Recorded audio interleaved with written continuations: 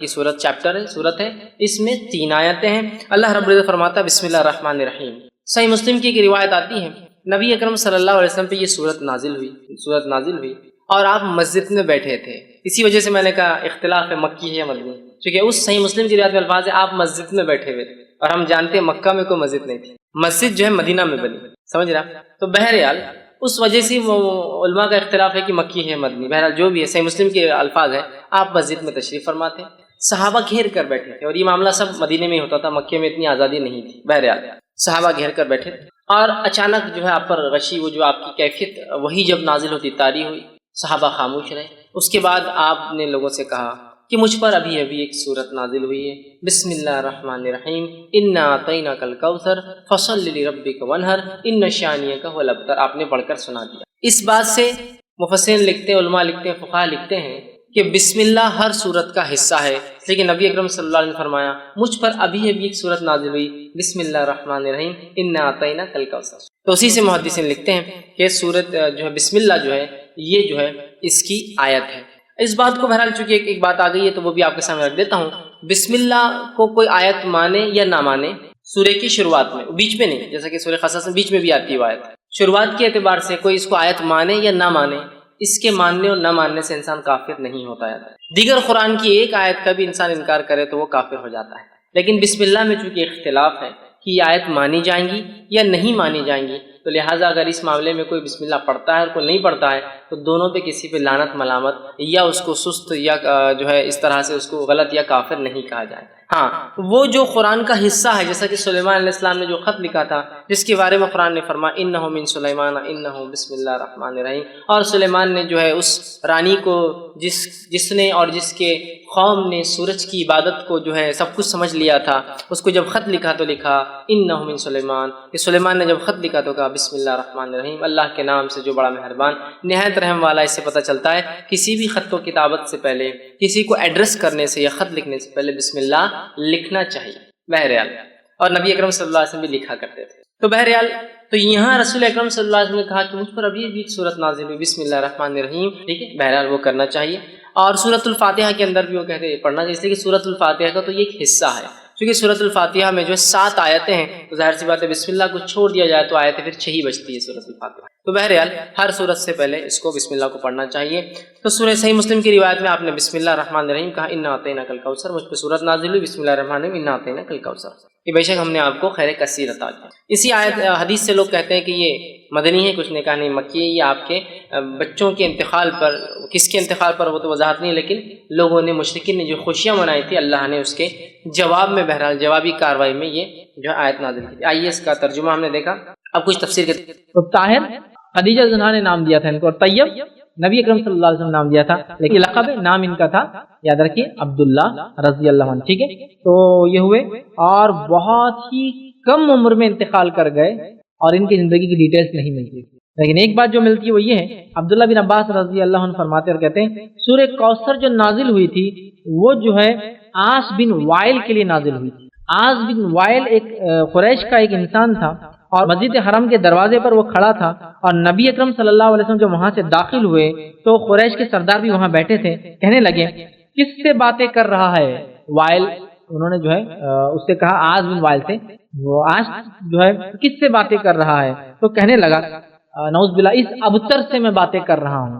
اس شخص نے اللہ کے رسول کو ابتر کہا، ٹانٹ مارا، یہ کہہ کر کہ اب یہ بے اولاد ہے، اس کی نسل ختم ہو گئی، مطلب جنریشن۔ اللہ کے رسول جب بیٹے کا انتقال ہوا تو اس نے ابتر کا ٹانٹ مارا، اور جب لوگوں نے سردار کی قریش نے پوچھا کہ کس سے بات کر رہا ہے تو کہا میں ابتر سے بات کر رہا ہوں۔ ابتر کا معنی ہوتا ہے جس کی جنریشن نسلیں لڑکا نہ ہونے سے آگے نہیں بڑھیں گی۔ تب وہ فرماتے عبداللہ بن عباس سورہ کوثر نازل ہوئی انا اعطیناک الکوثر، اے نبی ہم نے آپ کو کوثر عطا کی، فصل لربک وانحر، تو اے نبی آپ کی کیا کیجئے، نمازیں قائم کیجئے اور قربانی کیجئے، ان شانئک هو الابتر، تیرا دشمنی یقیناً ابتر رہے گا، بے اولاد رہے گا، بے نام رہے گا۔ اور ہم جانتے ہیں نبی اکرم صلی اللہ علیہ وسلم کو کوئی لڑکا نہیں تھا، مطلب جو دیا اور جس سے نسلیں چلی، لیکن اللہ کے رسول صلی اللہ علیہ وسلم کا نام دنیا میں ہر وقت، ہر جگہ، ہر گھڑی، ہر پل لیا جاتا ہے۔ کیسے؟ ابھی ہم بات کر رہے ہیں، اور بھی کئی جگہ 10 دروس چل رہے ہیں، اور اذانیں کہیں فجر کی ہو رہی تو کہیں ظہر کی ہو رہی ہے، اور یہاں ظہر کی ہوں گی اس کے بعد، تو اذانوں میں نام لیا جا رہا ہے، مجلسوں میں نام لیا جا رہا ہے، درود میں نام لیا جا رہا ہے۔ اللہ کے رسول کا نام تو قیامت تک باقی ہے۔ یہ ابتر رہا، اس کی اولاد ہونے کے باوجود بھی اس کا نام لینے والا کون نہیں۔ اب کون اس کا نام لے گا؟ میں نے چلیے آج کا نام آج بن وائل بول کر تو آپ نے سنا ہوگا، یہ خوش ہو رہا ہے کہ اللہ کے رسول کی نسل ختم، دعوت ختم، مشن ختم، تو یہ تو اس کا نام لینے والا ہی کو بچا نہیں۔ اللہ کے رسول کو اولاد لڑکا نہ زندہ رہ کر، بڑا نہ ہو کر، اولاد جنریشن آگے نہ بڑھ کر بھی آپ کے نام لینے والے لوگ کروڑوں کی تعداد میں، بلین میں لوگ نام لیں اور قیامت تک لیتے رہیں گے، سمجھ رہا؟ اس وجہ سے علماء لکھتے ہیں کہ ان کی پیدائش نبوت کے بعد ہوئی، حالانکہ کچھ نہیں یہ بھی لکھا پہلے ہوئی، لیکن زیادہ بہتر خول لگتا ہے وہ نبوت کے بعد والا ہے، اور بہت ہی کم عمر انہوں نے بہرحال پائی تھی روایتوں میں، ٹھیک ہے؟ کتنی کوئی تفصیلات نہیں، شاید چند ماہ، 2-4 مہینے، 3 مہینے، 1 مہینہ، بہت چھوٹے ہوتے ہیں نا ایک دم چھوٹے بچے انتقال میں، واللہ عالم۔ بہرحال آئیے، سورۃ الکوثر یہ ان صورتوں میں سے ایک صورت ہے جو کہ قرآن کی سب سے چھوٹی صورتوں میں سے ایک ہے۔ ویسے قرآن کی سب سے چھوٹی صورتیں وہ ہیں جن میں 3 آیتوں پر ہی مشتمل ہیں، جس میں سورۃ العصر 3 آیتیں، سورۃ النصر 3 آیتیں، سورۃ الکوثر 3 آیتیں۔ ان تینوں صورتوں میں 3 آیتیں ہیں، لیکن الفاظ کے اعتبار سے، جملوں کے اعتبار سے 3 جملے ہوتے ہیں، 3 آیتیں۔ الفاظ کے اعتبار سے سب سے چھوٹی صورت سورۃ الکوثر ہے، کیونکہ بہت کم الفاظ ہیں اس کے اندر، آیتیں 3 ہی ہیں اس کے اندر۔ سورہ عصر میں بھی 3 ہیں، سورہ نصر میں بھی 3 ہیں، لیکن اس کے اندر الفاظ کے اعتبار سے 3 آیتوں میں سب سے کم الفاظ ہیں۔ تو وہ ایک طرح سے اگر کہا جائے تو قرآن کی سب سے چھوٹی صورت میں آپ کے سامنے آج رکھنے کی کوشش کروں گا کہ اللہ رب العزت میں کیا فرمانا چاہتا ہے، اور اسی بنیاد پر فقہا لکھتے ہیں کہ کم از کم جب ایک انسان نماز پڑھے تو 3 آیتیں پڑھے، کیونکہ اللہ نے سب سے چھوٹی صورت جو ہے وہ 3 آیتوں پر مشتمل کی، اسی سے وہ کہتے ہیں کہ 3 آیتیں کم از کم چھوٹی ہو تو پڑھنا چاہیے۔ ہاں اگر بہت بڑی ہو آیت الکرسی ہے تو ایک بھی کفایت کر جاتی ہے، لیکن اگر چھوٹی پڑھنے تو پھر 3 کم از کم پڑھے۔ وہ انہی صورتوں کی بنیاد پر کہ اللہ نے ایک سورے کے لیے کم از کم جو ہے کوانٹٹی یا جو آیتوں کی نمبرنگ طے کی ہے وہ 3 ہے، یاد رکھیے۔ بہرحال ہم قرآن کی سب سے چھوٹی صورتوں میں سے ایک صورت کا جو ہے، چونکہ تینوں 3 آیتوں پر مشتمل ہے، اس کی جو ہے تفصیل دیکھنے کی جو ہے کوشش کریں گے، اس لیے کہ اس صورت کے اندر بہت اچھا ایک میسج اور پیغام ہے۔ اس صورت کے تعلق سے جو ہے یہ بات میں علماء نے اختلاف کیا ہے کہ یہ مکی ہے مدنی، کچھ نے کہا نہیں مدینے میں بھی یہ ہو گئی تھی، کچھ نے کہا نہیں یہ مکہ میں ہوئی تھی۔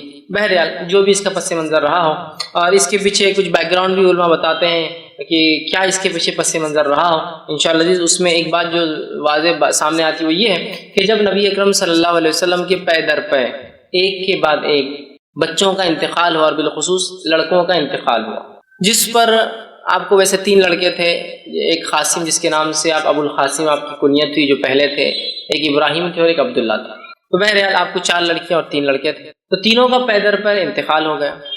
جب تینوں لڑکوں کا انتقال ہوا تو مشرکین خوشی منانے لگے، کیونکہ مشرکین، اور جیسا آج ہمارا بھی حال ہے، ایک مادہ پرست ٹوٹلی میٹریلسٹک سوسائٹی میں ہم لوگ رہتے ہیں، جس میں مادہ اور انسان کیا پزیس کرتا ہے، کیا اس کے پاس ہوتا ہے، اس سے اس کی عزت اور توقیر ہوتی ہے۔ اور اسی کڑی کے اندر ایک اور چیز جو سماج کا بہت بڑا مسئلہ بھی ہے، اور وہ یہ ہے کہ لڑکوں کا ہونا اور نہیں ہونا۔ جب نبی اکرم صلی اللہ علیہ وسلم کو لڑکے نہیں ہوئے، اس سماج میں جس سماج میں لڑکے فخر کی علامت تھے، لڑکوں کی زیادتی پیدائش کے اعتبار سے سماج کے اندر ایک بہت بڑا رتبہ رکھتی تھی، اس سماج میں جس سماج کے اندر لڑکیوں کو زندہ دفنا دیا جاتا تھا اور لڑکوں کو رکھا جاتا تھا، اس سماج میں نبی اکرم صلی اللہ علیہ وسلم کے پے در پے ایک کے بعد ایک 3 لڑکوں کا انتقال ہونا گویا مشرکین کے لیے ایک طرح سے آپ کے مشن کے انسکسیسفل ناکامیاب ہونے کی ایک دلیل تھی۔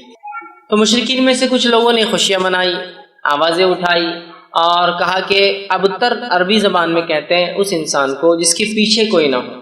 عام زبان میں اس کا ترجمہ کیا جاتا ہے دم کٹا، پیچھے کوئی نہ ہو، پیچھے کوئی، جیسا کہ ایک گاڑی چلے گی اس کے پیچھے کچھ ٹریلر سے لگ کر جا رہا ہے، پیچھے کوئی نہ ہو۔ تو ابتر کا ایک معنی یہ بھی تھا کہ اس کے بعد کوئی نسل نہیں ہے جو اس کا نام باقی رکھ سکے، یہ بھی ایک معنی ہے۔ تو انہوں نے خوشیاں منائی۔ یہ خوشیاں کس نے منائی اس کے تعلق سے بہت سارے مختلف اقوال آتے ہیں کہ ابو لہب تھا جس نے منائی، کس نے کہا نہیں ابو جہل تھا جس نے خوشیاں منائی، بہرحال اور بھی نام آتے ہیں مشرکین یا کفار کے جنہوں نے خوشیاں منائی۔ تو وہ مفسرین لکھتے ہیں کہ یہ شاید اس کی وجہ بنی کہ یہ صورت نازل ہوئی، لیکن یقینی طور سے ہم نہیں کہہ پائیں گے کیا، لیکن چونکہ سورے کا جو اینڈنگ اس انداز سے ہو رہی ہے، اس سے اندازہ یہی لگایا جا سکتا ہے کہ شاید یہی واقعہ ہوا ہو کہ آپ کے بچوں کا انتقال، اس میں بھی بہرحال اختلاف ہے کہ کس بیٹے کے انتقال پہ یہ منایا گیا، لیکن بہرحال لڑکے کے انتقال پر مشرکین نے جو خوشیاں منائی، اسی کی رد میں اللہ رب العزت نے اپنے نبی کو صبر، دلاسا، ہمت افزائی کرنے کے لیے یہ سورت کو جو ہے نازل کیا۔ سورت کا ترجمہ دیکھیں، میں آپ کے سامنے رکھوں گا، پھر اس کی تفسیر کی طرف ہم جائیں گے۔ انا اعطیناک الکوثر، اے نبی ہم نے بے شک آپ کو خیر کثیر، کوثر، حوض کوثر، بہت زیادہ جو ہے اچھائی سے جو ہے نوازا ہے، عطا کیا ہے۔ دوسری آیت میں اللہ نے فرمایا فصل لربک وانحر، تو آپ اپنے رب کی جو ہے بڑائی بیان کیجئے، نماز قائم کیجئے اور قربانی کیجئے، اور نہر خاص طور سے اونٹ کی قربانی کیجئے۔ ان شانیک هو الابتر، بے شک یقیناً تمہارا دشمنی دم کٹا رہے گا، بے اولاد رہے گا، یا اس کا کوئی دنیا میں نام لینے والا باقی نہیں رہے گا۔ یہ اس آیت کا بہرحال ترجمہ ہے۔ اب آئیے کچھ تفسیر کی طرف اس کی ہم بڑھتے ہیں۔ سورۃ الکوثر یہ قرآن کی 108 نمبر کی سورت ہے۔ اس میں 3 آیتیں ہیں۔ اللہ رب العزت فرماتا ہے بسم اللہ الرحمن الرحیم۔ صحیح مسلم کی ایک روایت آتی ہے، نبی اکرم صلی اللہ علیہ وسلم پہ یہ سورت نازل ہوئی اور آپ مسجد میں بیٹھے تھے۔ اسی وجہ سے میں نے کہا اختلاف ہے مکی ہے یا مدنی، کیونکہ اس صحیح مسلم کی روایت میں الفاظ ہے آپ مسجد میں بیٹھے ہوئے تھے، اور ہم جانتے ہیں مکہ میں کوئی مسجد نہیں تھی، مسجد جو ہے مدینہ میں بنی، سمجھ رہا؟ تو بہرحال اس وجہ سے وہ علماء کا اختلاف ہے کہ مکی ہے مدنی، بہرحال جو بھی ہے صحیح مسلم کے الفاظ ہیں، آپ مسجد میں تشریف فرما تھے، صحابہ گھیر کر بیٹھے تھے، اور یہ معاملہ سب مدینے میں ہی ہوتا تھا، مکے میں اتنی آزادی نہیں تھی۔ بہرحال صحابہ گھیر کر بیٹھے تھے، اور اچانک جو ہے آپ پر غشی، وہ جو آپ کی کیفیت وہی جب نازل ہوتی طاری ہوئی، صحابہ خاموش رہے۔ اس کے بعد آپ نے لوگوں سے کہا کہ مجھ پر ابھی ایک سورت نازل ہوئی ہے، بسم اللہ الرحمن الرحیم، انا اعطیناک الکوثر فصل لربک وانحر ان شانیک هو الابتر، آپ نے پڑھ کر سنا دیا۔ اس بات سے مفسرین لکھتے ہیں، علماء لکھتے ہیں، فقہاء لکھتے ہیں کہ بسم اللہ ہر سورت کا حصہ ہے، لیکن نبی اکرم صلی اللہ علیہ وسلم نے فرمایا مجھ پر ابھی ایک سورت نازل ہوئی، بسم اللہ الرحمن الرحیم انا اعطیناک الکوثر۔ تو اسی سے محدثین لکھتے ہیں کہ سورت جو ہے بسم اللہ جو ہے یہ جو ہے اس کی آیت ہے۔ اس بات کو بہرحال چونکہ ایک بات آ گئی ہے تو وہ بھی آپ کے سامنے رکھ دیتا ہوں۔ بسم اللہ کو کوئی آیت مانے یا نہ مانے، سورے کی شروعات میں، بیچ میں نہیں، جیسا کہ سورہ قصص میں بیچ میں بھی آتی ہے وہ آیت، شروعات کے اعتبار سے کوئی اس کو آیت مانے یا نہ مانے، اس کے ماننے اور نہ ماننے سے انسان کافر نہیں ہوتا ہے۔ دیگر قرآن کی ایک آیت کا بھی انسان انکار کرے تو وہ کافر ہو جاتا ہے، لیکن بسم اللہ میں چونکہ اختلاف ہے کہ یہ آیت مانی جائیں گی یا نہیں مانی جائیں گی، تو لہٰذا اگر اس معاملے میں کوئی بسم اللہ پڑھتا ہے اور کوئی نہیں پڑھتا ہے تو دونوں پہ کسی پہ لعنت ملامت یا اس کو سست یا جو ہے اس طرح سے اس کو غلط یا کافر نہیں کہا جائے۔ ہاں وہ جو قرآن کا حصہ ہے، جیسا کہ سلیمان علیہ السلام نے جو خط لکھا تھا، جس کے بارے میں قرآن نے فرمایا انہ من سلیمان انہ بسم اللہ الرحمن الرحیم، اور سلیمان نے جو ہے اس رانی کو جس نے اور جس کے قوم نے سورج کی عبادت کو جو ہے سب کچھ سمجھ لیا تھا، اس کو جب خط لکھا تو لکھا انہ من سلیمان، کہ سلیمان نے جب خط لکھا تو کہا بسم اللہ الرحمن الرحیم، اللہ کے نام سے جو بڑا مہربان نہایت رحم والا۔ اس سے پتہ چلتا ہے کسی بھی خط و کتابت سے پہلے، کسی کو ایڈریس کرنے سے یا خط لکھنے سے پہلے بسم اللہ لکھنا چاہیے بہرحال، اور نبی اکرم صلی اللہ علیہ وسلم بھی لکھا کرتے تھے۔ تو بہرحال تو یہاں رسول اکرم صلی اللہ علیہ وسلم نے کہا کہ مجھ پر ابھی بھی ایک سورت نازل ہوئی بسم اللہ الرحمن الرحیم، ٹھیک ہے، بہرحال وہ کرنا چاہیے۔ اور سورۃ الفاتحہ کے اندر بھی وہ کہتے ہیں پڑھنا چاہیے، اس لیے کہ سورۃ الفاتحہ کا تو یہ ایک حصہ ہے، کیونکہ سورۃ الفاتحہ میں جو ہے 7 آیتیں ہیں، تو ظاہر سی بات ہے بسم اللہ کو چھوڑ دیا جائے تو آیتیں پھر 6 ہی بچتی ہے سورۃ الفاتحہ۔ تو بہرحال ہر سورت سے پہلے اس کو بسم اللہ کو پڑھنا چاہیے۔ تو سورہ صحیح مسلم کی روایت میں آپ نے بسم اللہ الرحمن الرحیم کہا انا اعطیناک الکوثر، مجھ پہ سورت نازل ہوئی بسم اللہ الرحمن الرحیم انا اعطیناک الکوثر، کہ بے شک ہم نے آپ کو خیر کثیر عطا کیا۔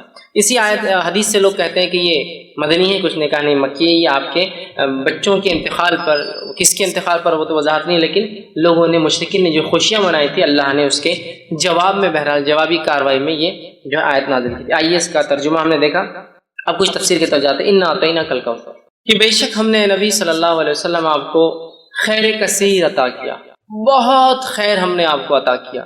اب دیکھیے نبی اکرم صلی اللہ علیہ وسلم کی تھوڑی سچویشن، تھوڑا سیناریو، تھوڑی ذہنی کیفیت کی طرف ہم جاتے ہیں۔ اب ذہنی کیفیت بولے تو آپ ہمیشہ یہ مت سمجھیے جو انسان پاگل ہوتا ہے اس کے لیے لفظ استعمال ہوتا ہے۔ ذہنی کیفیت سے مراد ذہنی حالات، آپ جس کشمکش سے گزر رہے ہیں، جن تکلیفوں اور مصیبتوں کا آپ کو دین اسلام کی دعوت کی وجہ سے سامنا کرنا پڑ رہا ہے، ان مصیبتوں پر اور ان مشرکین کی ان مصیبتوں کے آنے پر آپ کو طعنہ اور تشنیع دینا، جیسے کہ آپ کی 2 بیٹیوں کے نکاح جو ہو چکے تھے ابو لہب کے بیٹوں سے، جیسے ہی آپ نے ابھی ودائیگی نہیں ہوئی تھی، نکاح ہوا، جیسی دعوت اسلام کی بات کی طلاق دلوا دی۔ نبی اکرم صلی اللہ علیہ وسلم اور دیگر انبیاء علیہ الصلوۃ والسلام یہ انسان تھے، یاد رکھیے، فرق یہ تھا کہ ان تک اللہ وحی بھیجتا تھا اور یہ چنے ہوئے لوگ تھے. اسی سے لفظ مصطفیٰ آتا ہے، اللہ جس کو چن لیتا ہے. اس کے علاوہ دیگر معاملات میں انسانی نفسیات، کیفیتیں اور حالات ہمارے اور انبیاء کے ایک جیسے ہوتے ہیں. ذہنی اذیتیں ان کو بھی پہنچتی ہے اگر کوئی وہ کرے تو، تکلیفیں ان کو بھی آتی ہے، وہ بھی پریشان ہو اٹھتے ہیں، وہ بھی کبھی خیال کرتے ہیں کہ یہ کر لوں، لیکن اللہ اپنی ہدایت سے، اپنی وحی سے کہتا ہے نہیں یہ ٹھیک نہیں، نبی کی شان کے لائق نہیں، فلاں کر لوں. تو وہ انسان ہوتے ہیں، یاد رکھیے، سوائے اس کے کہ ان کو سیدھا وحی سے گائیڈنس کیا جاتا ہے، سیدھا وحی کے ذریعے ان کی ہدایت، ان کی مارگدرشن، ان کی رہنمائی کی جاتی ہے. اب اندازہ لگائیے اس مشن کے اندر جہاں بیٹیوں کو طلاق دے دی جا رہی ہے، پڑوسی ابو جہل روز کچرا ڈالتا ہے اس لیے کہ دعوت کی وجہ سے. اسی طرح آپ کا سوشل بائیکاٹ کیا جا رہا ہے، سارا سماج آپ کے خلاف ہے، اس میں آپ کے بیٹوں کا انتقال ہونا، اور ایک ایسے سماج میں جس سماج میں بیٹے ہی سب کچھ ہے، عزت اور بڑائی اور پتہ نہیں کیا کیا تھا، لڑکوں کا ہونا بہت اربوں کے نزدیک، بہت اربوں کے نزدیک کیا آج میں کہوں گا ساری دنیا کا معاملہ وہی، لڑکوں کا ہونا اور لڑکیوں کا ہونا. اس سے آپ فرق پتا سکتے، ایک شخص کا چہرہ اگر آپ کو کالا دکھ جائے، بہت ہی پریشان حال دکھ جائے، تو ایک اندازہ ہو جاتا ہے، اور ہسپتال سے نکل رہا ہے شاید لڑکی پیدا ہوئی. ایک شخص خوش اور خرم نظر آ رہا ہے اور بہت وہ خوش ہو رہا ہے اور کوئی بانٹ رہا ہے، تو آپ کا اندازہ ہو جاتا ہے اس کو لڑکا بیٹا پیدا ہوا ہوں گے، تبھی اتنی خوشیاں منائی جا رہی ہیں. تو ہر سماج کا آج ہم دیکھتے یہی حال ہے. ٹھیک، تو بہرحال اس سماج میں جہاں بیٹے سب کچھ اور بیٹیوں کو دفنا دیا جاتا ہے، اتنی بری چیزیں، بیٹے داماد ہے کہنا بولے تو ایک شرم کی علامت تھی. اس سماج، اس سوسائٹی میں اندازہ لگائیے نبی اکرم صلی اللہ علیہ وسلم بیٹے پیدا اور انتقال ہوتے جاتے ہیں، بیٹیوں کا طلاق دیا جانا، آپ کے بچوں کا بالخصوص لڑکوں کا پے در پہ انتقال ہونا، پڑوسیوں کا روز کچرا ڈالا جانا، لوگوں کا آپ کا برا بھلا کہنا، آپ کو سوشل بائیکاٹ میں 3 سال تک پوروں کو الگ کر دیا جانا، یہ معمولی چیزیں نہیں، یاد رکھیے. اس لیے اللہ رب العزت نے اپنے نبی کے تسکین کے لیے، تسلی کے لیے، ذہنی سکون و اطمینان کے لیے جیسی ایسی کوئی بڑی تکلیف آتی تھی ایک نعمت عطا کر دیتا تھا فوراً. جیسے کہ مثال کے طور پر نبی اکرم صلی اللہ علیہ وسلم کے جو ہے محبوب چچا، جس نے بڑی اسلام کے خلاف تو نہیں تھے، قبول تو نہیں کیا لیکن خلاف بھی نہیں تھے، بہت سپورٹ کیا، بہت سپورٹ، اتنا کہ 3 سال کے عام بائیکاٹ میں وہ بھی ساتھ کہا کہ جب تک میں زندہ ہوں میرے بھتیجے کو ہاتھ نہیں لگا سکتا ہے. ٹھیک، تو جو ہے ابو طالب جو تھے یہ اسلام تو نہیں لائے لیکن بہت سپورٹ میں تھے، اتنے سپورٹ میں تھے کہ اپنے بیٹے علی سے کہا جب اللہ کے رسول صلی اللہ علیہ وسلم دعوت دی کہ اے علی جو ہے تم اپنے بھائی جو ہے محمد کی بات، مطلب میرے بھتیجے کی بات، محمد کی بات جو ہے تم ماننا، اس لیے کہ وہ سچ کہتے ہیں. لیکن سماجی پریشر دیکھیے کیا ہوتا ہے، خود ایمان نہیں لائے، ہے نا. اب اندازہ لگائیے اس. ٹھیک، تو جو ہے تکلیف دی جا رہی تھی اس زمانے میں، اس ستم میں انہوں نے آپ کی مدد کی، یہ انتقال کر جاتے ہیں. مشرکین جو ہے خوش ہوتے ہیں. اور یہ بات بھی یاد رکھیے بلال رضی اللہ عنہ ایک طرف ہے، اور جو ہے سمیہ رضی اللہ عنہا کو جو ہے شہید کیا جا رہا ہے نا. اور کئی خاندانوں کو جو غلام تھے اور کمزور تھے مالی اعتبار سے، تکلیف جن میں لڑکوں کی، مردوں کی کمی تھی، جو عربوں میں طریقہ دبا دیا جاتا تھا، تکلیف دی جا رہی تھی. اسی سماج، اسی سوسائٹی کے اندر جو ہے ابو طالب کا نبی اکرم صلی اللہ علیہ وسلم کو مدد کرنا یہ بہت بڑی بات تھی، بہت بڑا سپورٹ تھا یہ. اور اتنا بڑا سپورٹ تھا کہ ان تمام کو تکلیف دی جا رہی تھی لیکن رسول اکرم صلی اللہ علیہ وسلم کی طرف کوئی آنکھ بھی ایک عام زبان میں اٹھا کر نہیں، مطلب جو تکلیفیں دوسروں کو پہنچ رہی تھی اس کے مقابلے میں آنکھ بھی اٹھا کر نہیں دیکھ رہا تھا. کیوں؟ اس لیے کہ سب کو پتا تھا کہ ابو طالب لیڈر ہے، ایمان تو نہیں لائے ہیں، محمد صلی اللہ علیہ وسلم کے دین پر تو نہیں ہے، لیکن پورا سپورٹ ہے، ہاتھ تو نہیں لگا سکتے محمد صلی اللہ علیہ وسلم. یہی وجہ تھی کہ ہاتھ نہیں لگایا. اور جتنی باتیں آتی ہے کہ آپ کا گلا دبایا گیا، آپ کے اوپر اونٹ کی وجڑی رکھ دی گئی، یہ تمام باتیں ان کے انتقال کی بات کی، تب تک تو کسی نے ہمت نہیں کی. یہی وجہ تھی. ان کا انتقال ہوتا ہے تو آپ کے ایک یہ ذہنی سپورٹ بھی تھے، چچا تھے، بڑی محبت تھی، اور والد کے بعد جو ہے اور دادا کے بعد انہوں نے ہی پالا. والد تو انتقال کر گئے تھے، پہلے دادا نے وہ کیا، اور دادا کا انتقال بھی 6 سال کی عمر میں ہوگا، تب سے لے کر انہوں نے کفالت کی اور مددگار بھی تھے اسلام کے. دوسرا فوراً اس کے بعد جو ہے آپ کی بیوی کا، جو اب تک ایک ہی بیوی تھی آپ کی، خدیجہ رضی اللہ عنہا، ان کا بھی انتقال ہو جاتا ہے. آپ بڑے غمزدہ اور مایوس ہو جاتے ہیں. ایک طرح سے آپ جو ہے پریشان ہیں، ایک طرف چچا کا سپورٹ جو دین کے لیے مفید تھے، ایک طرف بیوی کا سپورٹ جو گھر سے ایمان والی تھی اور مدد کر. پہلے ایمان والی یاد رکھی، پہلے ایمان لانے والوں میں یہی شامل. فرسٹ جو کسی نے اسلام لایا وہ ایک عورت تھی. پہلا جو اسلام کے لیے شہادت دی وہ بھی ایک عورت تھی، یاد رکھی. بہرحال تو پہلی تھی، آپ غمزدہ ہوئے، اللہ نے آپ کو معراج کا سفر کرا دیا. معراج اسی وقت ہوئی نا، دونوں کے انتقال کے بعد معراج ہوئی، سفر کرا دیا تاکہ وہ جو غم اور وہ ذہنی تکلیف تھی ہٹ گئی، جب غائب کے معاملات آپ دیکھ کر آ گئے. تو اللہ ایسے ہی کرتا ہے. اب دیکھیے نبی کو تکلیف دی جا رہی ہے، بیٹے کا انتقال ہو گیا، لوگ مذاق اڑا رہے، ایک آیت آ رہی ہے، ایک سورت آ رہی ہے، غم کی کوئی ضرورت نہیں. یہ کہہ رہے ہیں کہ تمہارا لڑکا انتقال کر گیا، تمہارا بیٹا مر گیا، کوئی مسئلہ نہیں، نہ آتا ہی نہ کل کوثر، ہم نے تم کو خیر کثیر عطا کر دیا نا، کیوں تم غم کر رہے ہو چھوٹی موٹی چیزوں پہ دنیا میں جو کھو رہی ہے تم سے؟ خیر کثیر عطا کر دیا، بہت زیادہ خیر ہم نے آپ کو اے نبی نواز دیا۔ یہ کسی بھی شکل میں ہو سکتا ہے، دنیا کی نعمتوں کی شکل میں، اور ہم نے دیکھا نبی اکرم صلی اللہ علیہ وسلم کی زندگی میں آپ لیڈر کہلائے، آپ نے جو ہے ایک ملک کے آپ سربراہ کہلائے، اور جو جس زمین سے آپ کو بے بس اور بے سہارا اور تکلیف دے کر نکالا گیا تھا، اس زمین پر اللہ رب العزت نے آپ کو ایسے واپس غلبے کے ساتھ لایا کہ جو مشرکین اور جو آپ کے دشمن تھے وہ گھٹنے کو بل آ چکے تھے، جن کے پاس منہ کھولنے کے لیے کوئی چارہ نہیں تھا۔ مطلب اللہ نے ایسا نوازا کہ ایک انسان جس کو 13 سال تکلیف دے کے اپنے شہر سے نکالا گیا، جب وہ واپس اپنے شہر میں آتا ہے تو ایک فاتح کی حیثیت سے، اور آج سب خدا اس کے جو ہے گھٹنوں پر آ جاتے ہیں۔ دیکھیے 10 سال کے اندر اللہ ہو دیتا ہے، یہ بھی خیر کثیر ہے۔ اسی طرح جو ہے دنیا کی نعمتوں کے اعتبار سے جس شخص کو یا جس دین کے لیے قدم رکھنا ممکن نہیں تھا مکہ شہر میں، آج اس دین کی ایک اپنی سلطنت، ایک حکومت اللہ نے آپ کی زندگی میں بنا دی، یہ خیر کثیر ہے۔ اسی طرح دیگر بہت ساری نعمتیں جو نبی اکرم صلی اللہ علیہ وسلم کو جسمانی اعتبار سے، صحت کے اعتبار سے، بیویوں کے اعتبار سے، اولاد میں لڑکیوں کے اعتبار سے دی گئی، اور صحابہ کے اعتبار سے جو ساتھی اور دوست دیے گئے، یہ بھی خیر کثیر اس میں شامل ہے۔ تو کہیں نہ آتا ہی نہ کل کوثر، آپ ایک اپنے بیٹے کے انتقال پہ جو لوگ خوشیاں منا رہے ہیں، آپ غمزدہ کیوں ہوتے ہیں نبی؟ ہم نے تو آپ کو خیر کثیر عطا کر دیا، بہت کثرت سے خیر عطا کیا۔ اس کا ایک معنی یہ بھی آتا ہے جو مفسرین لیتے ہیں، ہم نے آپ کو حوض کوثر عطا کیا۔ حوض کوثر کیا ہے؟ حوض کوثر جنت کی ایک نہر ہے، وہ نہر کے اطراف کے بہت سارے حالات، وہ کیسی دکھتی ہے، کیا ہوتی ہے، بہت ساری تفصیلات ہوتی ہے۔ ایک روایت میں آتا ہے اس کے اطراف پرندے بھی ہیں۔ ابوبکر صدیق رضی اللہ عنہ بیٹھے تھے کہ اللہ کے رسول، نہر کا پانی تو بڑا اچھا ہوگا، تو کہا شہد سے بھی زیادہ میٹھا ہے، دودھ سے بھی زیادہ سفید ہے، ٹھیک ہے، بڑی اس کی خصوصیتیں۔ کہا اس کے اطراف پرندے، تو کہا بہت اچھا منظر ہوگا، تو کہا پرندے کھانے میں ابوبکر بڑے اچھے ہوں گے، وہ اس میں پرندے ہوں گے، وہ ایک نہر ہے جو جنت سے نکلتی ہے، اور اسے کوثر اس لیے کہا گیا کہ اس پہ اتنے پیالے ہیں جن سے جو لوگ جنت میں داخل ہوں گے ان کو پلایا جائے گا۔ اس کے پانی پینے کے بعد انسان کو پھر کبھی پیاس نہیں لگیں گی، وہ جنت میں کھائیں گا بھی پیئیں گا بھی، لیکن اس کی ضرورت محسوس نہیں ہوگی پینے کی، اس کوثر کے پانی پینے کے۔ وہاں اتنے سارے گلاس ہیں کہ آپ صلی اللہ علیہ وسلم نے فرمایا، مطلب پینے کے مرتبان ہیں کہ آپ نے فرمایا جیسے آسمان کے ستارے، اتنے مرتبہ میں، اتنے پیالے، اتنے گلاس ہیں جس میں آپ خود پلائیں گے۔ اور وہاں آپ فرماتے ہیں میرا ممبر لگایا جائے گا، اور وہاں میں کھڑا ہوں گا، اور پھر لوگ آتے جائیں گے، میں انہیں اب پانی دیتا جاؤں گا، جو اس کا پانی ایک بار پی لیں گا وہ کبھی پھر زندگی میں پیاس محسوس نہیں کریں گے۔ جنت میں لوگ پئیں گے لیکن ضرورت نہیں رہیں گی، محسوس نہیں ہوں گی لیکن پئیں گے، یہ ایک الگ چیز ہے۔ مطلب آپ کو کوئی چیز کی ضرورت نہیں لیکن پھر بھی آپ رکھتے ہیں اس کو، ایک الگ چیز ہے۔ تو یہ کوثر ہے، تو کہا ہم نے آپ کو حوض کوثر عطا کیا، جس کا پانی پی کر لوگ پیاس محسوس نہیں کریں گے، جس پہ اس کثرت سے لوگ پانی پئیں گے، جس کی وجہ سے کوثر اسے اس کثرت سے پیالے ہیں، اور ہر ایک انسان کو ایک پیالہ۔ اور آسمان کے ستارے کتنے ہیں؟ میں سمجھتا ہوں یہ ممکن نہیں ہے ہمارے لیے، ٹریلینس آف سٹار صرف ایک ایک چھوٹی چھوٹی گیلیکسیز میں ہوتا ہے، ٹریلینس، تو اتنے اس کے پیالے، اسی وجہ سے کوثر کہا گیا۔ تو ہم نے آپ کو حوض کوثر عطا کیا۔ حوض کوثر کا جو واقعہ صحیح مسلم میں آتا ہے، آپ نے فرماتے ہیں میرا ممبر لایا جائے گا، میں کھڑا ہوں گا، لوگ آ رہے ہوں گے، میں پانی پلا رہا ہوں گا، اور کچھ لوگ آ رہے ہوں گے تو انہیں دھکے دے کر پیچھے کیا جائے گا، میں کہوں گا فرشتوں یہ میری امت کے لوگ ہیں، انہیں آنے دو میرے پاس، انہیں آنے دو۔ فرشتے کہیں گے اللہ کے رسول صلی اللہ علیہ وسلم آپ کو نہیں پتہ آپ کے جانے کے بعد انہوں نے کیا کیا؟ آپ سب کہیں گے کیا کیا؟ وہ کہیں گے انہوں نے آپ کے جانے کے بعد آپ کے دین میں بدعتیں ایجاد کی۔ بدعت مطلب نئے نئے کام کیے، نئے نئے اعمال کیے جو آپ نے نہیں بتائے تھے۔ آپ سب کہیں گے سحقاً، دور لے جاؤ، میں نظر دور لے جاؤ، اس لیے کہ میرے جانے کے بعد یہ کیا دین کے ساتھ انہوں نے؟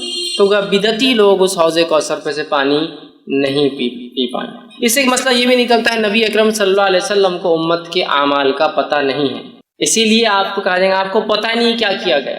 لیکن یہاں لوگ ایک چیز لاتے نہیں، نبی اکرم صلی اللہ علیہ وسلم یہ تو پتہ ہوگا کہ میری امتی ہے نا؟ تو یاد رکھیے یہ تو آپ کو بتایا جائے گا اور ہر امت پہچانی جائیں گی۔ کچھ روایتوں میں آتا ہے ہر کسی کے پیچھے جھنڈے ہوں گے، فلیگز ہوں گے جس سے پہچانے جائیں گے کون ہے۔ یہ تو کوئی ممکن ناممکن بات نہیں کہ اللہ کے رسول پہچان لیں گے، تمام انبیاء پہچان لیں گے اپنی امت کو، ہر امت ایک جھنڈے تلے ہوں گی، فلیگز ہوں گے ان کے، وہ کیسے واللہ والا پہچانے جائیں گے، سمجھ رہا؟ یہ تو آپ کو بتایا جائے گا لیکن آپ کو پتہ نہیں ہوگا امت نے کیا کیا، اس لیے کہ آپ عالم الغیب نہیں تھے۔ تو یہاں پتہ چلا اس خیر کثیر کو اگر حاصل کرنا ہے ایک امتی کو تو اسے چاہیے کہ نبی اکرم صلی اللہ علیہ وسلم کے دین میں بدعت ایجاد نہ کرے، ورنہ حوض کوثر پہ سے اس کو پیچھے کر دیا جائے گا، عام الفاظ میں کہوں تو ہکال دیا جائے گا، اور اسے پانی نصیب نہیں ہوگا۔ تو جو جام کوثر پینا چاہتا ہے اپنے نبی کے ہاتھ سے، تو اسے چاہیے کہ اپنے نبی کے طریقے پہ ساری زندگی گزار دے، اور اس میں کوئی چیز نہ کمی کرے نہ کسی چیز کا اضافہ کرے، ورنہ اس حوض کوثر پہ سے اسے نکال دیا جائے گا۔ تو کہا اِنَّا أَعْطَيْنَا الْكَوْثَرَ، اے نبی ہم نے آپ کو خیر کثیر حوض کوثر عطا کیا۔ اور دونوں باتیں درست ہیں، اس لیے کہ حوض کوثر خود ایک خیر کثیر کا حصہ بھی ہو سکتی ہے، بہت زیادہ خیر کا حصہ۔ دنیا میں مختلف چیزوں کے اعتبار سے خیر ہم نے آپ کو عطا فرمایا، اور آخرت میں دیکھیے صحابہ خود ایک جو ہے نبی اکرم صلی اللہ علیہ وسلم کو ایک خیر کثیر جو عطا کیا تھا، اس کی ایک علامت ہو سکتے ہیں کہ عیسیٰ علیہ السلام کے حوارین کی تعداد 11 یا 12 آتی ہے۔ آپ سے خود فرماتے ہیں کچھ انبیاء ایسے ہیں جو روز قیامت جو اکیلے آ جائیں گے، ایک بھی فالوور، ایک بھی ماننے والا نہیں، کچھ کے پیچھے 2 ہوں گے، 1 ہوں گے، کچھ کے پیچھے 2 ہوں گے، کچھ کے پاس 80 ہوں گے، بس اتنے ہی ہوں گے۔ اور میں دیکھوں گا بنی اسرائیل بہت تعداد ہے موسیٰ علیہ السلام کی امت، اور میں امید کرتا ہوں کہ میری قوم اس سے زیادہ ہوگی۔ اور پھر آگے آپ نے فرمایا کہ تم جو ہے اولادیں پیدا کرو، اس لیے کہ میں اس روز جو ہے تمہاری تعداد پر فخر کروں گا۔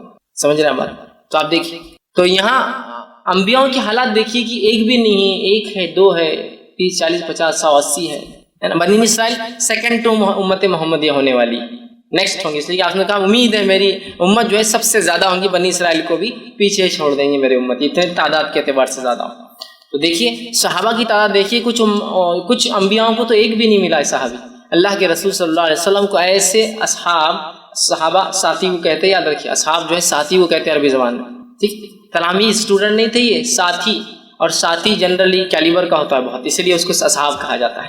ٹیچر اور اسٹوڈنٹ کو کبھی بھی ساتھی نہیں کہیں گے آپ، 2 اسٹوڈنٹس کو ساتھی کہا جاتا ہے۔ یہاں دیکھیے اصحاب کہا گیا اس لیے کہ اللہ نے ان کو تیار کیا گیا، اللہ نے تیار کیا تھا، اور اللہ نے خود قرآن میں بیان کیا کہ صحابہ کی مثال توریت اور انجیل میں بھی اللہ نے دی تھی۔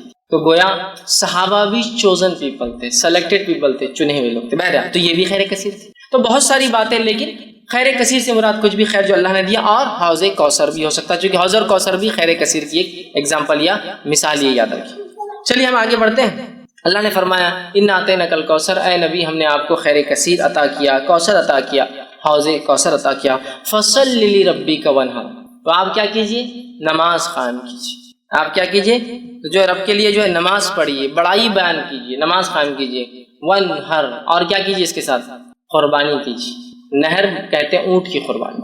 تو آپ جو ہے نماز قائم کریں اور قربانی اے نبی جو ہے اللہ کے لیے دیتے رہے۔ گویا اس سے ایک بات پتہ چل رہی وہ یہ ہے کہ ایک آیت میں تو کہا ہم نے آپ کو خیر کثیر عطا کیا، خیر کثیر عطا کرنے کے بعد دوسری آیت کیا بول رہی کہ آپ نماز پڑھیے اور قربانی دیجیے۔ اس سے ایک بات پتہ چلتی ہے کہ نماز قائم کرنا اور قربانی دینا یہ ایک طرح سے شکرانہ ہوتا ہے جو اللہ مختلف نعمتیں ہمیں عطا کرتا ہے۔ اس لیے کہ دیکھیے یہاں بالکل واضح طور سے کہا گیا کہ آپ نماز قائم کیجیے اور کیا کیجیے، اس کے ساتھ جو ہے قربانی دیجیے۔ مطلب نماز قائم، پہلے تو کہا خیر کثیر دیا، فوراً کہا نماز قائم کیجیے اور قربانی، مطلب گویا نماز اور قربانی ایک طرح سے شکرانہ ہوتا ہے کسی عمل کے بدلے یا کسی چیز کے بدلے جو اللہ ہمیں جو ہے عطا کرتا ہے۔ یاد رکھیں تو اللہ جو چیز عطا کرتا ہے یہ ایک طرح سے اس کا بدلہ ہو سکتا ہے، تو یہ بات کو ہم بھی ذہن میں رکھیں۔ اللہ نے کسی بھی قسم کا ہمیں خیر دیا تو نماز ایک بڑی بہترین چیز ہے اس خیر کے لیے شکرانہ ادا کرنا کہ اللہ تیرا شکر ہے کہ تو نے یہ فلاں چیز ہمیں عطا کی، ٹھیک ہے۔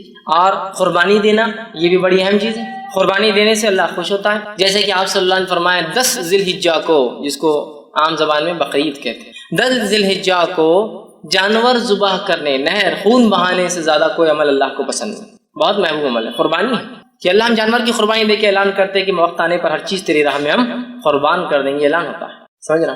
تو یہاں کہا کہ فصل لربک، تو نماز قائم کیجیے۔ تو گویا دیکھیے اشارہ ہو گیا ہے کہ اگر اللہ بھی ہمیں کوئی نعمت یا شکر دے تو ہم کیا کریں؟ نماز قائم کریں۔ اور نبی اکرم صلی اللہ علیہ وسلم کے تعلق سے ابوبکر صدیق رضی اللہ عنہ فرماتے ہیں اللہ کے رسول صلی اللہ علیہ وسلم کو جب بھی کوئی خبر پہنچتی اچھی، آپ سجدے میں گر جاتے ہیں۔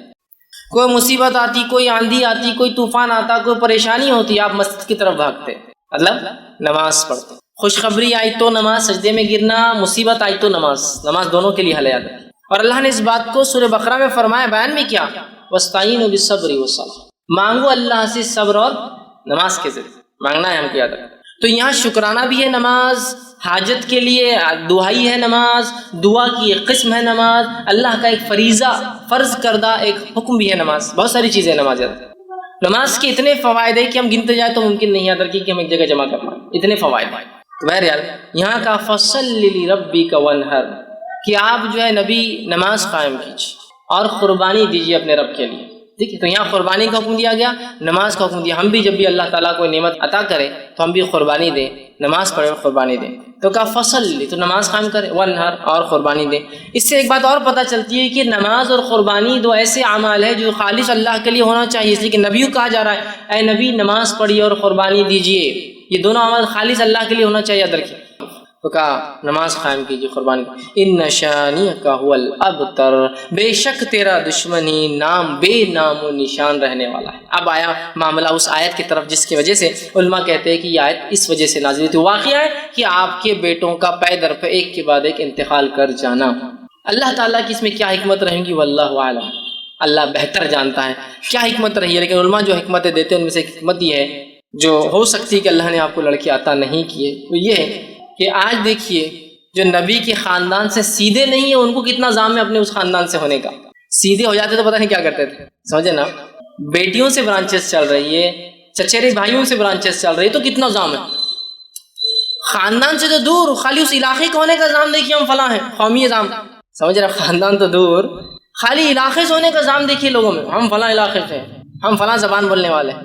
شاید یہ حکمت رہی، اللہ اس معاملے کو رکھنا ہی نہیں چاہتا تھا، آگے ختم کر دینا چاہتا. اس کے آگے واللہ اعلم، وہ اللہ ہی جانتا ہے کیا وجہ، لیکن یہ حکمت ہو سکتی ہے اللہ. سمجھ رہا بات. تو اللہ نے آپ کے لڑکوں کو حیات نہیں رکھا.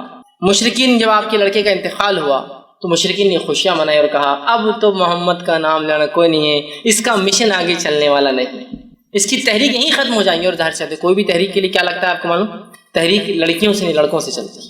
سمجھا، تحریک چلانا. زکریا علیہ السلام اللہ سے دعا کر رہے ہیں تو زکریا علیہ السلام کی دعا ہے اللہ مجھے کہ لڑکا عطا کر، اس لیے کہ لڑکی نبی نہیں ہو سکتی. اور بنی اسرائیل میں ایک طریقہ تھا، اللہ کیا کرتا تھا، ایک خاندان میں پھر اسی خاندان میں لڑکے دیتا تھا جو نہ انبیاء بنتے تھے. زکریا علیہ السلام جانتے تھے کہ اب اس قوم کو ایک نبی کی ضرورت ہے اور نبی لڑکا ہو سکتا ہے. لڑکے کی دعا کی آپ نے، کیوں؟ اس لیے کہ انہیں ایک جو ہے وارث چاہیے تھا، ایک نبوت کو آگے لے کے چلنے والا. بنی اسرائیل میں ایک زمانہ آیا کہ تقریباً بنی اسرائیل کے مرد قتل کر دیے گئے تھے، ایک عورت حاملہ باقی تھی. سارے لوگوں نے مل کر دعا کی اللہ اس سے لڑکا پیدا اور وہ نبی ہو، اس لیے کہ اب نسل نہیں، اور اللہ اس نسل میں اولاد دیتا تھا. روایت میں آتا ہے کہ اللہ نے اس عورت جب اولاد پیدا ہوئے لڑکا تھا اور اس لڑکے کا نام رکھا گیا شمون، اور وہ شمون علیہ السلام بعد میں چل کے وہ نبی بنے، جو کہ جو ہے تالوت والے واقعے کے اندر آتا ہے کہ تالوت کو ایک ان کے نبی نے جب چنا تو لوگوں نے کہا تالوت کو ہم پر کیوں بادشاہ بناتے ہو، تو نبی نے کہا وقت کہ اللہ نے اس کو سمجھداری اور جسمانی طاقت دی. وہ واقعے کے اندر شمون علیہ السلام جب پیدا ہوئے تو وہ آخری لڑکے تھے جو بچے تھے اس قوم کے اندر، تو لڑکوں سے چلتی ہے. سمجھ رہے بات. تو اب مشن اینڈ ہو رہا ہے ایک طرح سے، ظاہری طور سے تو مشن اینڈ دکھ رہا ہے، لڑکے ختم مشن ختم. تو کہا ان نشانی کو الابتر، اللہ جواب دے رہا نبی آپ کو کوئی پریشان ہونے کی، دل جو ہے اپنے آپ کو جو ہے مایوس کرنے کی کوئی ضرورت نہیں ہے. آپ کا دشمن ہی بے نام و نشان رہنے والا. گویا اس کا دوسرا معنی ہے آپ کا نام و نشان رہنے والا ہے. آپ کا دشمن جو آپ کا مذاق اڑاتا ہے، اس کی چاہے ہزاروں اولادیں ہو جائے یہ بے نام و نشان ہوگا. آج جتنے مشرکین کو ہم یاد کرتے ہیں سوائے سیرت کے، اس کے علاوہ کبھی یاد کرتے ہیں جو مشرکین کے نام آج تھوڑے بہت باقی ہیں بڑے بڑے سرداروں کے، اس کے علاوہ جو جنگ بدر میں عہد میں مر کھپ گئے، کون پہچانتا ہے ان مشرکین کو آج؟ کبھی آپ نے سنا مکہ گیا تو یہ کنواں تھا، اس میں 10 مشرکین ڈالے گئے، پہلا یہ تھا، دوسرا یہ تھا، تیسرا یہ تھا. کس کو پرواہ ان کی، مر کھپ گئے. نسلیں چلی ہوں گی لیکن کوئی ان کو نہیں پہچانتا ہے. خود ان کی نسلوں نے ایمان لانے کے بعد ان کا نام لینا پسند نہیں کیا کہ ہمارے جد اعلیٰ تھے یہ، ہمارے باپ دادا تھے یہ، ہے نا. جب ابو جہل کے گھر والے ایمان لائے تو کچھ صحابہ بعد میں آنے والے لوگ ان کو کہتے تھے کہ ارے تو ابو جہل کی اولاد. تو وہ گئے اللہ کے رسول کے پاس، کہا اللہ کے رسول یہ بار بار ہم کو تانا دیتے ہیں لوگ ابو جہل. تو آپ نے کہا کہ اپنے مردوں کو برا نہ کہو، اس لیے کہ ان کو برا کہنے سے ہمارے زندوں کو تکلیف ہوتی ہے. تو یہ ایک مشرک مردے کے بارے میں بات تھی، لہٰذا سے ایک پتہ چلتا ہے کہ ہم مومن مردے کے بارے میں بری بات نہیں کرنا چاہیے. مشرک تھا نا، تو کہا اپنے مردوں کے بارے میں ابو جہل کو برا مت بولو، اس لیے کہ اس سے کیا ہوتا ہے اس کے گھر والوں کو. ایک روایت میں آتا ہے کہ عبداللہ آئے ایک مرتبہ، جو کہ عبداللہ بن عبداللہ ان کا نام تھا، بن ابے، جو کہ منافقین کا سردار تھا. عبداللہ بن ابے، ان کے بیٹے کا نام بھی عبداللہ تھا. تو عبداللہ بن عبداللہ اور کہ اللہ کے رسول صلی اللہ علیہ وسلم لوگ میرے باپ کے بارے میں تانا مارتے ہیں کہ رئیس المنافق تھا، منافق ہوئے تھا. کہ تو نام تو اللہ نے نبی کو بتایا تھا لیکن صفتیں اللہ نے قرآن میں اتنی کھول کے بیان کی مشرکین کی اور اللہ کے رسول نے منافقین کی کہ پتہ چلنا بہت آسان تھا، صحابہ کو معلوم تھا. تو آگے کہا میرے باپ کو برا کہتا. آپ نے کہا اپنے مردوں کو برا مت کہو، وہ اپنے انجام کو پہنچ چکے ہیں، تم مردوں کو برا کہنے سے زندوں کو تکلیف پہنچتی. تو آج ان کے خاندان والے خود جو ہے نام نہیں لیتے. بے نام ہو گئے وہ اولاد کے بعد، لڑکوں کے بعد، ہزاروں لڑکوں اور نسلوں کے بعد بے نام. کہا تیرا دشمن بے نام رہے گا. تو جتنے دشمنوں کا نام لے بھی لیتے نا ابو لہب کا، صرف اس لیے لیتے کہ سیرت میں بات ہے. اس کے علاوہ کبھی تذکرے سنے ابو لہب کی مجلس، ابو جہل کی کوئی مجلس سج رہی کہ اس نے کیا کیا کیا؟ کچھ کوئی نام نہیں. ہم ہی کبھی تو بھی لے لیتے، ارے تورے بولتے نکل جاتے آگے، کوئی ویلیو نہیں، کوئی نہیں. اور نبی اکرم صلی اللہ علیہ وسلم جہاں وہ یہ سمجھ رہے تھے اس کے لڑکا نہ ہونے سے اس کا خاندان ختم، نسل ختم، اور آپ کی عمر بھی تو ہو چلی تھی نا، تو ان کو وہ تھا کہ اب عمر بھی تو ہو جا رہی ہے شخص کی، اس کو اب اولاد نہیں تھوڑی ہوتی بعد میں، اور وہ خوش ہو رہے تھے. اللہ نے کہا تیرا دشمن ہی ہے نبی، بے نام و نشان، دم کٹا، بغیر نسل کی، بغیر اولادیں ہوں گی ہو سکتا، لیکن وہ جو تمہیں کہتے ہیں نا تمہارا نام کوئی نہیں لے گا. آج ہم دیکھتے ہیں نبی اکرم صلی اللہ علیہ وسلم کا نام ان کے بچوں کے نام سے تو نہیں، مطلب لڑکوں کے نام سے تو نہیں رہا، لیکن آج دنیا میں سب سے زیادہ نام جو رکھا جاتا ہے اور وہ کیا تھا، وہ کیا ہے معلوم آپ کو؟ محمد. سب سے زیادہ. ویسے دنیاوی اعتبار سے آتا ہے کہ چین جو نام ہوتا ہے نا، چین، چائنیز نیم ہے چین، وہ سر نیم سب سے زیادہ ہوتا ہے، لیکن محمد اس سے بھی زیادہ ہے. کیوں؟ اس لیے کہ محمد کے بہت سے ویریئنٹس ہیں، MOHAMMAD، MUHAMMED، سمجھ رہا، MUHMED، یہ سب ہیں. تو ان کو الگ الگ کیا جاتا ہے. 15 آتے ہیں، مطلب چین کے بعد 15 اور نام صرف محمد ہی چلتے ہیں پورے. الگ الگ ناموں سے جو محمد کی اسپیلنگس ہوتی ہے، اس ناموں کو اگر لے لیا جائے تو 15 اس کے الگ الگ کیٹیگرائزیشن ہوتے ہیں. تو اگر ان سب کو ملا لیا، چونکہ سب کا مقصد محمد ہی ہے، تو دنیا میں سب سے اول نام جو رکھا جاتا ہے وہ کیا ہے؟ محمد. کچھ نہ بھی ہو تو کم از کم اپنے بچوں کے نام میں والدین پہلے محمد اور پھر فلاں رکھتے ہیں. دیکھیے اللہ کے رسول صلی اللہ علیہ وسلم کوئی لڑکا تو زندہ نہ رہا، لیکن ہر لڑکے کا نام مسلمان محمد رکھتے ہیں. آگے کم از کم چلو نام کچھ ہے تو محمد فلاں ہے نا. دیکھیے وہ سمجھ رہے تھے کہ اس کا نام کوئی لینے والا نہیں. آج سب سے زیادہ نام جو ہے محمد دنیا میں رکھا جاتا ہے. وہ سمجھ رہے تھے کہ اولاد کے خاتمے سے نسل ختم ہو جائیں گے، مشن ختم ہو جائیں گا. اللہ نے ہزاروں لاکھوں صحابہ کھڑے کر دی جنہوں نے مشن کو لے کے چلے، آپ کا نام لے کے چلے. ساری دنیا کے اندر درس و تدریس شروع ہے. یہاں ایک درس ابھی ختم ہو رہا ہے تو وہاں کہیں چالو ہو رہا ہے، وہاں ختم ہو رہا ہے تو وہاں چالو ہو رہا ہے، وہاں ختم ہو رہا ہے تو وہاں چالو ہو رہا ہے، کہیں ختم ہوا تو ہم نے چالو کیا، یہاں سے وہ ہو رہا ہے. ساری دنیا میں سیرت بیان کی جا رہی ہے، قرآن کی تفسیر ہو رہی ہے. اللہ کے رسول صلی اللہ علیہ وسلم کا نام اس میں پھر آ رہا ہے، دشمن کا نام تو غائب ہے. اسی طرح کوئی درس و تدریس نہ بھی ہو تو اذانوں کا سلسلہ ساری دنیا میں کنٹینیوس چل رہا ہے، چین میں چل رہا ہے. سب سے پہلے صبح جاپان میں ہوتی ہے. جاپان میں فجر کی اذانیں شروع ہوگی صبح سے پہلے. جاپان سے معاملہ ہوا ملیشیا، انڈونیشیا، معاملہ چل رہا ہے برما، وائٹنام، کمبوڈیا، بنگلہ دیش، ہندوستان، پاکستان، افغانستان، ایران، عراق، سیریا. پھر اس کے بعد آپ چلتے جائیے پورے یورپین کنٹریز، اس کے بعد UK، US. ابھی US میں ختم ہوا فجر کا معاملہ تو ادھر عشاء کا معاملہ پھر جاپان میں چالو ہوگا. معاملہ دن پلٹ گیا، پھر ہی چالو ہو گئے. تو ایک گھڑی ایسی نہیں ہے جب محمد صلی اللہ علیہ وسلم کا نام لیا نہیں جا رہا ہے. اذانوں میں لیا جا رہا ہے، درس و تدریس میں لیا جا رہا ہے، کتابوں کی شکل میں پڑھ کے لوگ نام لے رہے ہیں، لوگوں کو ابھارا جا رہا ہے، مثالیں دی جا رہی ہے. مسلم لے رہا ہے، غیر مسلم لے رہا ہے، اچھائی سے لے رہا ہے، برائی سے لے رہا ہے، نام لیکن چل رہا ہے. دشمن کو تو کوئی پوچھنے والا اور پہچاننے والا بھی نہیں سوائے ہم کے ہمارے کہ کبھی کبھار سیرت میں ہم بول دیتے ہیں فلاں کٹر منافق تھا، کٹر مشرک تھا. تو گویا انہوں نے سمجھا اولاد کا لڑکوں کو ہونا نسلوں کو باقی رکھنے کی بجائے اللہ نے بغیر لڑکے کی بھی نبی کا نام قیامت تک باقی. ان نشانیہ کا ولبتر، تیرا دشمن بے نام و نشان. اور ہو گیا دشمن بے نام و نشان. نبی کا نام لینے والے تو کروڑوں لوگ ہیں، تک کتنے بلینس میں لوگ ہیں جو نام لے رہے ہیں. کچھ نہیں تو اپنے بچوں کی نام کی شکل میں نام لے رہے ہیں. درس و تدریس ہے اور اذانیں دی جا رہی ہے جس میں وہ نام آ رہا ہے. تو یہ بے نام. اب اس میں ایک بہت امپورٹنٹ پوائنٹ جو نکل رہا ہے وہ کیا ہے وہ بھی تھوڑا دیکھیں. بہت امپورٹنٹ پوائنٹ وہ کیا ہے؟ نبی کو ان کے لڑکوں کے انتقال پر مشرکین نے ستایا، بات صحیح ہے. اس پر اللہ نے آیت نازل کی، بات صحیح. گویا نبی خود اپنے لیے ایک لڑکا پیدا نہیں کر سکتے تھے. بہت امپورٹنٹ پوائنٹ ہے. یعنی اب اس کی یہاں کیا ضرورت ہے؟ بہت ضرورت ہے اس کی. آج ہم لوگ جب اولاد نہیں ہوتی ہے تو پتہ نہیں کہاں کہاں اولادیں مانگ رہے ہیں. جس سے بھی مانگتے ہو وہ امتی ہے، نبی تو نہیں ہے. جس سے بھی مانگتے ہو، ابراہیم علیہ السلام ہے 80 سال کے ہو گئے اولاد پیدا نہیں کر سکتے. زکریا علیہ السلام کے بال سفید ہو گئے اولاد پیدا نہیں کر سکتے. محمد صلی اللہ علیہ وسلم کو 3 لڑکے ہوئے، تینوں کو بچا نہیں سکے. بہت عبرت ہے اس واقعے.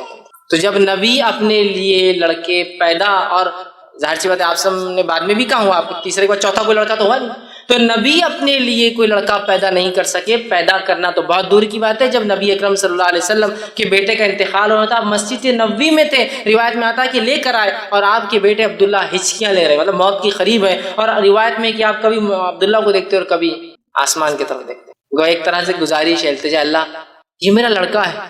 لوگ مجھے ویسے ہی 2 لڑکوں سے بہت تانے دیتے آ رہے ہیں. اب یہ میرا اور امید بھی نہیں آگے مجھے اولاد ہوں گی، چونکہ آپ کو بیویاں تو بہت تھی لیکن اولادیں کہاں ہوئی آپ کو دوسرے بیویوں سے؟ حضرت خدیجہ کے اولادیں کہاں ہیں آپ کو؟ صرف یہ 3 کا ہے، سمجھ رہے آپ بات کو؟ لڑکیاں تھیں تو آپ کو اولادیں بھی نہیں، دیگر بیویوں سے اتنے ازواج سے، تو آپ کو لگ رہا ہے کہ وہ اولاد نہیں ہوں گی، اللہ اس کا کیا ہوگا؟ آسمان کو دیکھتے اور دیکھتے اور اسی حالت میں عبداللہ نے جو ہے ہچکیاں لے کے دم توڑ دیا۔ تو اپنے بیٹے کو بچا نہیں سکتے، پیدا کرنا زندگی سے دور، اور اللہ ہم پر رحم کرے، پتہ نہیں کون کون ہمارے پاس اولادیں دے سکتا ہے، چوائس کی اولادیں بھی دے سکتا ہے، لڑکا چاہیے، لڑکی چاہیے، 2 لڑکے چاہیے، 3 لڑکے چاہیے، سب چوائس جس سے مانگا جا رہا ہے امتی ہے، جس امت کا نبی خود اپنے نفس کے لیے لڑکا پیدا نہ کر سکا، لڑکے مر رہے تو بچا نہ سکا، جس کتاب نے، قرآن نے ابراہیم علیہ السلام و زکریا کے تعلق سے کہا کہ گڑا رہے اپنے رب سے کہ اللہ میرا مشن آگے کیسے چلے گا، لڑکا نہیں ہوگا، تو کیا کوئی امتی اولاد دے سکتا ہے؟ بتائیے دے سکتا ہے؟ کوئی امتی اولاد نہیں دے سکتا ہے، کوئی امتی نہیں دے سکتا۔ تو ایک بڑا سبق تھا کہ تیرا دشمن بے نام رہے گا، لیکن ابھی آپ کو لڑکا نہیں، ٹھیک ہے، اس وجہ سے آپ کا نام فلاں بن محمد نہیں باقی رہے گا، لیکن تیرا دشمن بے نام، ہم آپ کا نام قیامت تک باقی رکھنے والے، کس شکل میں وہ ایک الگ معاملہ ہے، لیکن آپ کا نام باقی رکھے۔ اس سے پتہ چلا نبی اپنے نفس کے لیے لڑکے پیدا نہیں کر سکتا تھا۔ قرآن میں اللہ نے اس کی وضاحت کی، اللہ جسے چاہتا ہے لڑکے دیتا ہے، جسے چاہتا ہے لڑکیاں دیتا ہے، جسے چاہتا ہے دونوں دیتا ہے، اور جسے چاہتا ہے کچھ بھی نہیں دیتا، چوائس اس کی مرضی، اس کی مرضی، سمجھ رہا بات؟ تو یہ بڑا میسج تھا اس میں، تیرا دشمن بے نام رہیں گا، آپ کو اولاد نہیں، لڑکا نہیں ہے، نبی یہ خوش ہو رہے ہیں، آپ گھبرائے مت، آپ کا نام باقی رکھیں گے۔ گویا نبی اپنے نفس کے لیے لڑکا پیدا نہیں کر سکتے، تو رہا امتی لڑکے اور بچے دے رہے ہیں۔ کتنے بد لوگوں نے پتہ نہیں آستانے اور در بنا دیے، جہاں جا کر فلاں عمل کر لیے تو لڑکے بھی پیدا ہوتے، چوائس کے نہیں، بھائی ہم کو تو 4 لڑکے لڑکی چاہیے تو چوائس سے لڑکی بھی لے لیجیے آپ۔ سبحان اللہ، تھوڑی تو عقل لڑاؤ، قرآن سے دوری کا یہ نتیجہ ہے۔ انبیاء اپنے لیے نہیں پیدا کر سکتے جو چیز، کون ہے جو امت میں سے وہ چیز دے سکے جو اللہ کے سب سے چہیتے اپنے نفس کے لیے پیدا نہیں کر سکتے، وہ انبیاء ہے نا۔ تو اسٹرانگ میسج ہے اس کا۔ تو اس صورت کے اندر اللہ رب العزت نے اپنے نبی کو دلاسا دیا اور کہا آپ کا دشمن بے نام و نشان رہے گا، آپ کا نام قیامت تک باقی رہے گا۔ آئیے اس صورت کی پھر ایک بار مختصر ترجمہ رکھ کے ہم بات کی خاتمے کی طرف چلیں۔ اللہ نے فرمایا انا اعطیناک الکوثر، اے نبی ہم نے آپ کو خیر کثیر، حوض کوثر اور جو ہے بہت سارا خیر عطا فرمایا۔ فصل لربک ونحر، تو آپ نماز قائم کیجیے، اللہ کا ذکر کیجیے اور قربانی دیجیے، نہر کیجیے، اونٹ قربان کیجیے۔ اونٹ کو قربان کرنے کی خاص طریقے کو نہر کہتے ہیں، نہر کریے۔ ان نشانیہ کا الابتر، جو دشمن یہ سمجھتا ہے کہ آپ کو بیٹا نہ ہونے سے نسل ختم ہو گئی، وہ دشمن کو بے نام و نشان دم کٹا بغیر کسی نام کا رکھیں گے، اور آپ کا نام نبی ہم ہمیشہ کے لیے باقی رکھیں گے۔ اور یہ بھی خیر کثیر کا حصہ ہے کہ نبی کا بیٹا نہ ہونے کے باوجود بھی آپ کا نام لیا جا رہا ہے، لیا جائے گا، لیا جاتا رہا ہے۔ تو بہرحال یہ اس صورت کا بہرحال کچھ میسج تھا۔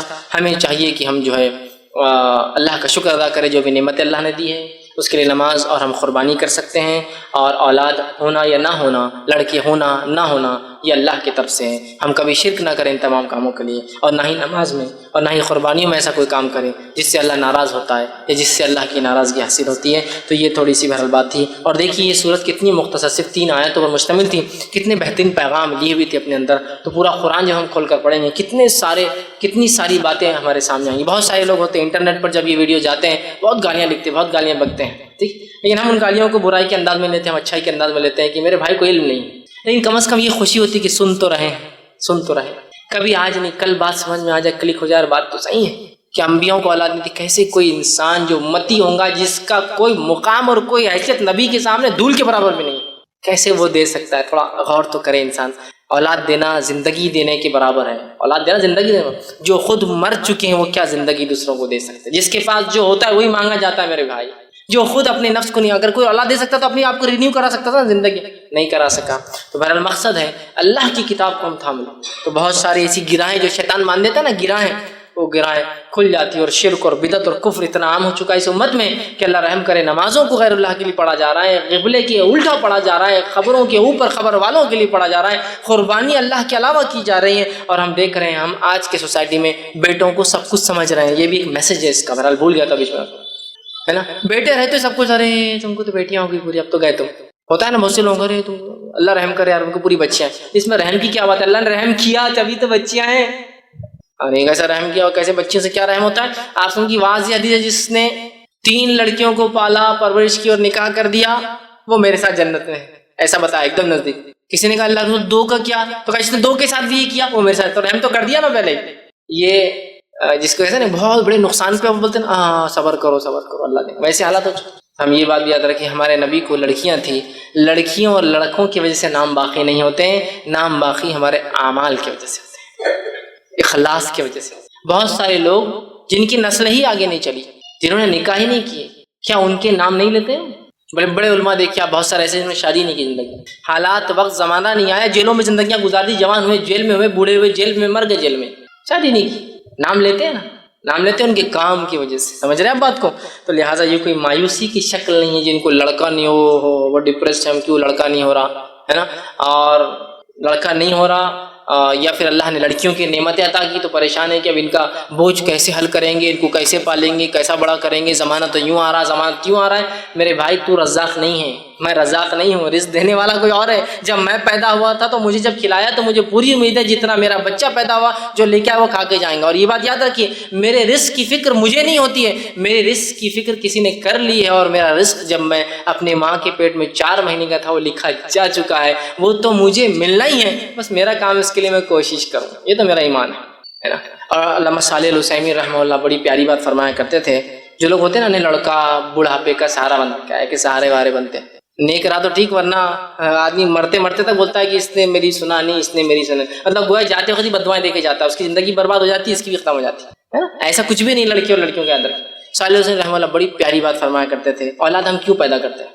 وہ کہتے تھے ہم اولاد اس لیے نہیں پیدا کرتے کہ اولاد ہمیں کھلائے پلائے بڑھاپے کا سہارا بنے، ہم اولاد اس لیے پیدا کرتے ہیں کہ یہ اللہ کی عبادت کرے، یہ موٹو ہے۔ تو لڑکی بھی کرتی ہے اور لڑکا بھی کرتا ہے اللہ کی عبادت، ہے نا۔ تو یہ مشن سے کوئی رہے کہ اللہ دینے والا ہے، لڑکیاں دے لڑکا دے، جو دیا اچھا، جس کو نہیں ہے وہ کیا بول رہا اللہ کچھ بھی دے تو چلتا، جس کو لڑکیاں دے تو نہیں اللہ ایک ہاتھ تو لڑکا ہونا چاہیے، جس کو ایک دے دیا اللہ 2 ہو گئے تو جوڑی ہو جاتی نا، اکیلا جو ہے پریشان رہے، 2 ہو گئے تو اللہ 3 ہو گئے زیادہ اچھا رہتا نا، اگر ایک آدھ اس میں سے کچھ ہو گیا کر گیا تو مطلب سیف سائڈ اسٹیپ نہیں ہونا پھر ان کو، اب 3 ہو گئے تو نہیں اللہ 4 ہو گئے تو 2 جوڑی برابر ہو جاتے ہیں، مطلب ناشکری کی تو حد شروع سے لے کر آخر تک ہے ہماری، نہیں ہے تو ناشکری، کچھ تو بھی دے دیا اللہ چلے گا، دے دیا تو ناشکری کہ ایسا اور ویسا کیوں دیا، چوائس اس میں کہ نہیں اللہ پہلا کم از کم لڑکا ہو جائے، دوسرا کچھ بھی ہو چلتا، کم از کم فرسٹ شاٹ میں اپن کامیاب ہو جاتے ہیں، نیکسٹ دیکھا جائے گا لڑکی ہو تو پھر چل جائیں گا، کم از کم ایک لڑکا ہو جائے تو تسلی تو ہو جاتی ہے نا۔ سب کچھ بھی نہیں یاد رکھیے، کچھ بھی نہیں، لڑکیاں ہیں تو بہت مشکل ہوں گی، لڑکیاں تو بہت آسانی، کچھ بھی نہیں ہے، لڑکیاں رہی تو لڑکیاں کیا نعمت ہے میں بتاتا ہوں آپ کو، کہ آپ اپنے کمرے میں ہیں، ماں باپ آپ کو بڑے لڑکے ہیں ماشاءاللہ، لڑکا بازو کمرے میں رہتا اپنے بیوی کے ساتھ، آپ بوڑھے ماں باپ ہے، لڑکا بازو کمرے، آپ یہاں کھانس رہے، آپ کو بخار ہے، آپ کو زکام ہے، آپ کے پڑوس میں بیٹے کو نہیں پتا ہے، لیکن ایک امریکہ میں لڑکی بہاری آپ نے اس کو پتا ہے کہ ماں باپ رات میں کھانس رہے تھے، ہے نا، اس کا فون آتا صبح کیا ہوا امی آپ نے کہتے تیرے بہت کھانسی ہے، اس کو نہیں پتا اس کو پتا، لڑکیاں اتنی فکر مند ہوتی ہیں، سمجھ رہے ہیں آپ بات کو، وہاں سے فکر ہے اس کو کہ ماں باپ کا یہاں انڈیا میں کیا چل رہا ہے، وہاں سے فون چل رہا ہے، پڑوس میں بیٹا اس کو نہیں پتا کیا ہو رہا ہے نا۔ تو ایسا نہیں ہے، اولاد جو بھی اللہ نے دی ہو، لڑکی ہو لڑکیاں ہو، فکر مت کیجیے اس معاملے میں، اچھی تربیت کیجیے، اپنے مشن کو حاصل کر لیجیے کہ یہ ہے کہ ہمارے بچے اللہ کی عبادت کرنے والے بن جائیں، باقی کوئی مسئلہ نہیں، آپ سکسیسفل ہیں، ٹھیک ہے، آپ کی نسل یہاں ختم ہوگی کوئی مسئلہ نہیں، اللہ نے آپ کے لیے پسند کیا تھا، معاملہ ختم، ڈسپیوٹ ختم ہو گیا ہے۔ اللہ کی ایسی کچھ نعمت ہے جن پہ ہمارا کوئی اختیار نہیں چلتا ہے، تو کیوں اس پہ ڈسپیوٹ کر کے اور جھگڑا کر کے فائدہ ہے نا؟ نہیں اس کا یہ آپشن ہو سکتا ہے، کوئی آپشن نہیں ہو سکتا اس کا، یہ اللہ کی مرضی، جو دینا چاہیں گا جس کو اور جتنا دینا چاہیں گا دیں گا نہیں دیں گا اس کی مرضی ہے۔ آپ دیکھیے بہت سے بڑے شاہان بادشاہ، کیا پیسے کی کمی ہے ان کو، کیا پیسے کی کمی ہے بتائیے مجھے، وہ 50 سال بعد ایک آدھ بچہ ہوگا، بس ایک ہی اولاد ہوئی ان کو، سب کچھ ہے، بیویوں کی لاتعداد، ان کی نان مسلم کی بات کر رہا ہوں، کوئی حد بھی نہیں ہوتی شادی میں، اولاد، جاپان کا جو کنگ ہے اس کو اولاد ہی نہیں، پریشان کتنی شادیاں کر لی اب تک، ایک اولاد ہوئی تو پورا جاپان خوش ہو رہا تھا، 50 سال کا ہو گیا تو اولاد ہوئی، کوئی تو وائرس ملا، سمجھ تو پیسہ ہے، دیکھیے اب ہم سوچ رہے ہیں رزق کی کمی نہ ہو جائے گا، دیکھیے مال دولت ہے، یہ اللہ کی نعمت ہے، اللہ جس کو دینا چاہتا دیتا ہے، نہ دینا چاہے نہیں دیتا ہے۔ نبی اکرم صلی اللہ علیہ وسلم خود اللہ نے لڑکے نہیں دیے، تو لڑکے ہونا نہیں ہونا یہ نعمت، مطلب اچھائی برائی دونوں چیز کی ہوتی ہے، لیکن کوئی بھی انسان لڑکیوں کی پیدائش پہ غم نہ منائے، برا نہ سمجھے، اس لیے کہ خود نبی اکرم صلی اللہ علیہ وسلم کو اللہ نے لڑکے نہیں دیے۔ اگر لڑکے کا ہونا ہی خیر کی اور اچھائی کی علامت ہوتا، اللہ اپنے نبی کو کبھی بھی اس خیر سے محروم نہیں کرتا تھا، سمجھے۔ بہرحال خیر یہ چند باتیں تھی جو اس سورت کا میسج تھا، ہمیں چاہیے کہ ان چیزوں کو لے قرآن کا مطالعہ کرے، تاکہ بہت ساری باتیں کھلتی ہے، شیطان جو گرہ باندھ دیتا ہے، دور کرتا ہے ہدایت سے، وہ بھی ہم راستے پر آتے ہیں اور صحیح چیز کو ہم سمجھ پاتے ہیں۔ اللہ رب العزت سے آخر میں دعا ہے کہ اللہ سبحانہ تعالیٰ جو کچھ کہا سنا گیا اس پہ عمل کی توفیق عطا فرمائے، ہم تمام کو یا اللہ جو ہے ہمیں بھی جو ہے خیر کثیر عطا فرما، ہم تمام کو جو ہے نمازی بنا، اور ہم تمام کو جو ہے صرف خالص تیرے لیے نماز اور قربانی کرنے والا بنا، اور ہم تمام کو جو ہے ایسے کام کرنے کی توفیق عطا فرما جس کام کی بنیاد پر ہمارے جانے کے بعد بھی ہمارے ثواب کا جو ہے معاملہ جو ہے چلتا رہے، جب تک ہمیں زندہ رکھ اسلام اور ایمان پر زندہ رکھ، خاتمہ ہمارا ایمان پر ہو۔ آخر دعوانا الحمدللہ رب العالمین، سبحان ربک رب العزت عما یصفون وسلام علی المرسلین والحمدللہ رب العالمین۔ بسم اللہ الرحمن الرحیم، الحمدللہ رب العالمین والصلاة والسلام علی خاتم النبیین والمرسلین، رب اشرح لی صدری ویسر لی امری واحلل عقدۃ من لسانی یفقہوا قولی۔ قربانی کون سے موقع پہ کرنا چاہیے اور کون سے جانوروں کی کرنا چاہیے، اس کی وضاحت کریں۔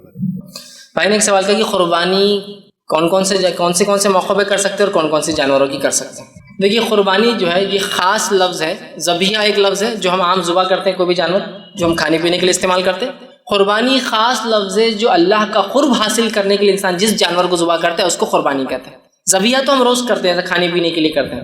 بھائی کا سوال ہے قربانی کب کب کی جا سکتی ہے؟ ایک تو قربانی کی جا سکتی ہے عید کے لیے، بقرعید کے لیے، جو کہ 4 دن ہوتی ہے، یوم النحر 10 ذی الحجہ، اور اس کے بعد ایام تشریق 3 دن ہوتے ہیں اس کے بعد، تو گویا 10 ذی الحجہ، 11 ذی الحجہ، 12 ذی الحجہ، 13 ذی الحجہ، یہ 4 دن۔ اس کے علاوہ انسان نظر مانا وہ قربانی کر سکتا ہے، مثال کے طور پہ منت جس کو بولتے ہیں کہ اللہ فلاں ہو تو فلاں، جیسا اس صحابی نے ایک منت مانگی تھی نظر کہ فلاں جگہ وہ قربانی کریں گے، وہ صحیح مسلم کی روایت ہے، تو منت یا نظر کی قربانی کی جا سکتی ہے۔